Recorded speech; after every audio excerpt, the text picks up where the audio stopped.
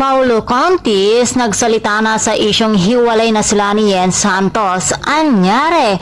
Yan ang tanong ng mga netizens nang mapansin na binura ni Yen Santos ang birthday IG post niya para sa nobyon si Paulo Contis. Kaya naman, hula ng mga netizens baka may problema sa kanilang relasyon o baka tuluyan nang naghiwalay ang dalawa. Subalit, sa isang naging panayam ng Pep Entertainment kay Paulo Contis, sila pa rin daw ni Yen at okay raw ang mga ito.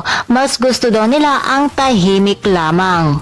Ayon kay Paulo, matagal na raw natanggal sa IG ang birthday post na iyon at hindi rin daw alam ni Paulo ang dahilan kung bakit ito natanggal. Basta ang importante daw ay masaya at tahimik sila ni Yen.